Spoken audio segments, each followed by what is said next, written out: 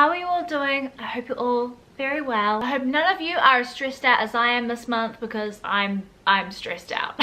Which is kind of inspired today's video topic. By the way, I'm sorry, I'm recording this on my vlogging camera. We're currently house sitting and I didn't bring my big camera with my microphone with me, and I feel like the sound quality on the vlogging camera is actually pretty good. So we're very chill today. I literally have my my trackies on and my slippers.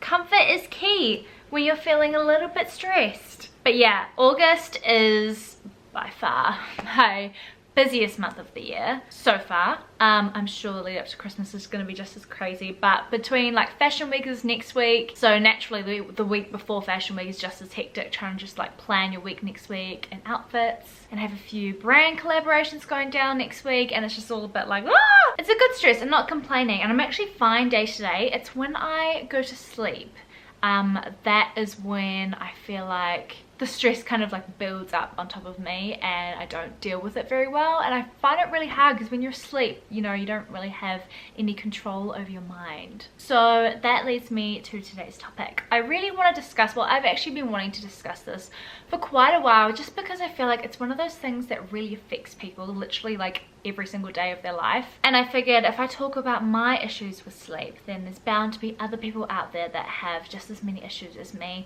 who might be able to relate or might be able to just like, you know, give me some tips that I might not know about to help with my sleeping problems. Anyway, yeah. So when I get stressed, I really struggle with my sleep. It's not even really when I'm stressed, it's pretty much all the time. Most nights I have some sort of issue. I thought maybe I could share you guys the problems I've been dealing with lately, and then share a few things that have been helping me to cope with those things. So maybe if you've got the same problems, then something that I've suggested that helps me might be able to help you, or like I mentioned before, there might be something that works for you that I might not know about and you can share with me. Anyway, so I have serious sleeping problems. Like, it's probably one of the worst things I deal with, like when it comes to my mental health. I'm quite an anxious person. I'm always happy, but I'm always worried and thinking way too far ahead of myself. The first thing that I probably deal with more frequently is my chronic dreaming. Now, to be more specific, I mean, I think everyone has dreams every single night. It's pretty much just your mind not really switching off while you're asleep. Everyone dreams, but I have these dreams pretty much every single night, most nights, where I can remember like a good maybe half an hour to an hour's worth of events. I can remember colors of clothing, I can remember specific sentences that people said to me, I can remember the emotions that I was feeling. I've woken up in tears before. I remember everything, and sometimes they're bad dreams, like really scary dreams. I have this dream, actually I'm going to talk about that later. I have this reoccurring dream that is, it's like actually like just so terrifying. And then I have other dreams that are just kind of like really weird. Like last night I had a really vivid dream that Liam and I were at a who was it? It was Elvis. We were at an Elvis Presley concert, and I remember trying to like get through all the crowds with him. We were like holding hands, as you do, you know, you're trying to get through crowds, so you're holding each other's hand, and we were singing all the Elvis songs. And I remember like we were saying that ain't nothing but a hound dog crying all the time. That was in my dream.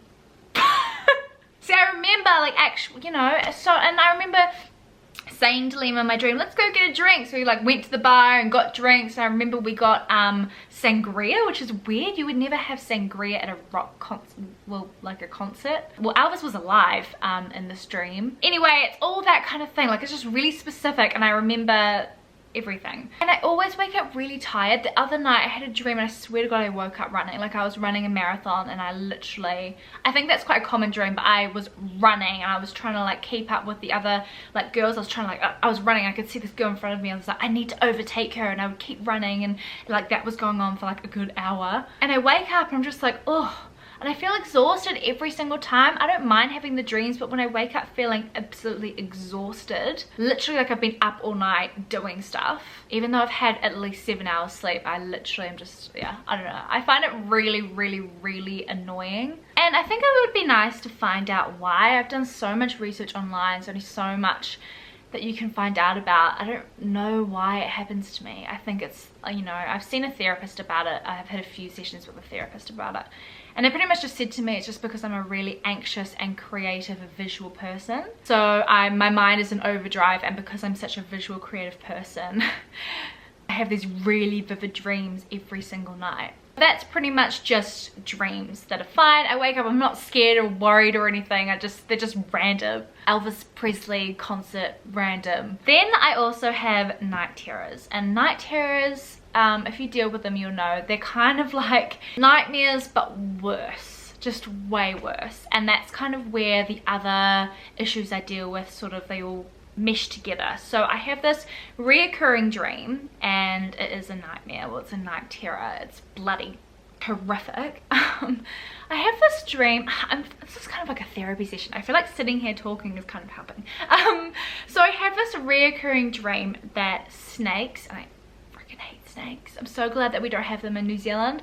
I have this reoccurring dream that I'll be in bed and a snake will come into my bed, and I'll be like, ah! And then I'll jump out of bed and I'll run out of the house and run down the road just to try and get away from the snake. And then they're everywhere.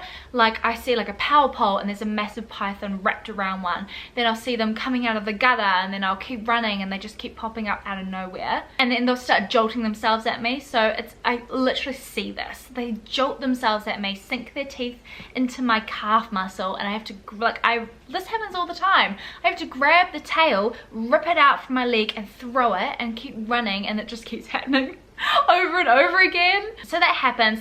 I think that snake dream has been happening for about 3 years. And Liam and I went to Taronga Zoo in Sydney last year, and I went into the reptile room and I looked at the snakes because I was like, I'm not going to be scared of you anymore. And I looked at them and I was very uncomfortable. I was like, oh, like I'm really freaking petrified of them. I think if I saw one out in the wild that could go near me, I don't even know what I'd do. But yeah, I have all sorts of chronic nightmares, like visual, very disturbing. They kind of started ever since I was younger. Like, I've just always, you know, people grow out of having nightmares, or they only have them like once in a blue moon, but I swear I have them like once a week at least. Sometimes they kind of result in me waking up in a panic and like grabbing Liam's leg and being like, ah! Saying something that's to do with the dream, and he freaks out and he's like, oh my god. Or I'll wake up in the morning and it takes me a really long time to calm down. Like, I'm talking half an hour. I need a cup of tea. I need to watch something really, really happy or really distracting. I get really scared of my own dreams. I wake up like freaking petrified, and if it's in the middle of the night, I get really scared. On the topic with things being scary, I also suffer from sleep paralysis. Now, this is probably something that's a little bit more rare for me, thankfully. I probably only experience this maybe like once every couple of months, but when I do, it's disturbing. Sleep paralysis is basically, it happens kind of when I'm in that stage of being awake and then falling asleep. So generally within the first half an hour of, like, you know, you've closed your eyes and you're dozing off, and you basically are like dreaming, but then you're also awake, but you can't move or speak, and you're just kind of like, and Liam has woken me up in this state a few times, and I literally just, you feel like your mind's gone crazy. You're like, oh my god, I don't know what is real, I don't know what is fake. It's really awful. One thing that has happened a few times, so I will be like laying asleep, and I'll be like asleep, like my eyes are closed, and I'll be asleep and my eyes are closed, but I can see my ceiling, and I can see a massive tarantula. Like, everyone's gonna be like, you got some massive snake spider phobias going on. I don't know what's wrong with me. And I see like a massive tarantula like going down one of its little thread from a spider's web, and I'll literally be looking at it and I'll be like freaking out, and then I'll actually wake up, and then I'll look up and nothing's there, and it's almost kind of like a hallucination. It's really weird. And then the same thing has happened to me. I'll be laying in bed, and then I'll look over and I'll be looking at like my bedside table with my lamp, and then right there in front of me is like a person, like a woman, just standing there staring at me. And I'm looking at, like, I can see my room, like it's like I'm looking at my room in my sleep, and I can see it there. And then I wake up, and then I start freaking out a little bit, and then I eventually wake up and nothing's there. And it's the weirdest thing. You'll know if you've experienced this before. It's just weird. I've also found myself waking up while trying to like get out of my room. So I'll wake up and I'm halfway out of bed leaping to get out, or I'll wake up and I'm like halfway down the hallway just trying to escape whatever I was imagining or dreaming of. And you know, you can imagine the next morning or even after that just feeling so, you know, you want to be relaxed when you're sleeping because you need that sleep to be able to function and have your brain switched on the next day to get all your shit done. And when you're dealing with that, all that kind of thing most nights, it really does take a toll on you. It messes with my productivity levels, it messes with my energy levels, it really affects me. And I talk to my friends, and my friend, you know, no one I know has really dealt with this as badly as I have. And I know I'm quite an anxious person, but day to day I'm fine. So what I'm thinking is that I must kind of suppress it so much that it all kind of comes out in my sleep. Now the last thing, if we didn't think already there were enough problems with me, is my teeth grinding. So I've been grinding my teeth for a few years now. I go through periods, so I go through like maybe a month and I'll be grinding my teeth, and then I won't do it for a few months, and it's really weird. I also have no idea, like I have no idea. If I didn't have a partner that I was sleeping in a bed with every single night, I probably wouldn't even know. And sometimes I wake up and my jaw hurts so much. I need to go and get a mouth guard. I'm really naughty, I haven't got one yet because I'm just like, oh, you know, you're not gonna feel very sexy getting into bed every night, but you know, I should get a mouth guard to protect my teeth. I've also heard of a lot of people getting Botox around their jaw area that releases the muscles so that you stop grinding your teeth. That might be another thing I explore. I don't know. It would be really great, any of you guys who have dealt with teeth grinding, to kind of let me know the things you've tried that have worked. That'd be so helpful. But yeah, teeth grinding sucks. Like, you know, just to know that you're really wearing down your teeth, but also mentally it's kind of like there must be something quite intense going on up here for it to be affecting me in the way where I'm like clenching my jaw for however many hours at night. So yeah, it'd be good to know if anyone else out there has dealt with that and what they've done to kind of overcome it. Basically, those are the sleep issues I have been dealing with.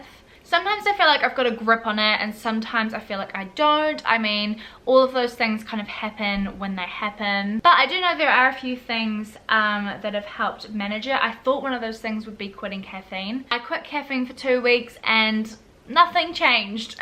So for me, I don't think it's caffeine. Of course, I'm not gonna go and have a coffee anywhere near bedtime. That's probably not gonna help. But I think if you have, like, I think quitting your morning coffee every morning isn't really going to change anything.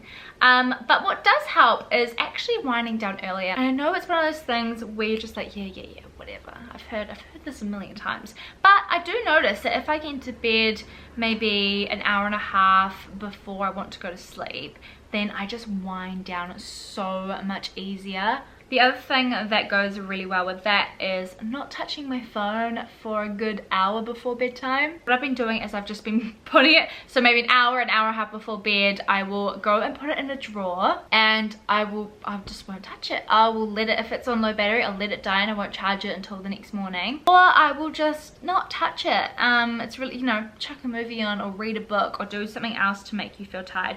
Reading books really helps. That's something I need to do a lot more. I love reading, and I always find that it does help. But yeah, that's something I need to get into. I need to really get back into my reading. As I mentioned before, there's no way in hell I would ever have a coffee anywhere near bedtime, but teas have been helping, and the tea in particular has been chamomile tea. And chamomile is known to be really relaxing for the body. I genuinely find that if I have a cup of chamomile tea before bed, I can feel my body, like my muscles just relaxing, and my heart isn't racing as much, my mind is sort of just chilled, I'm not really thinking about as much. I do really notice a difference, so I try to have a cup of chamomile tea every single night. I'm not too fussy. I really like the ones that are flavored, so I've got this one's really nice, the Puka 3 chamomile tea, but I also really like the Twinings apple crumble chamomile tea, because it's kind of got cinnamon apple flavor in it, which I think is really nice,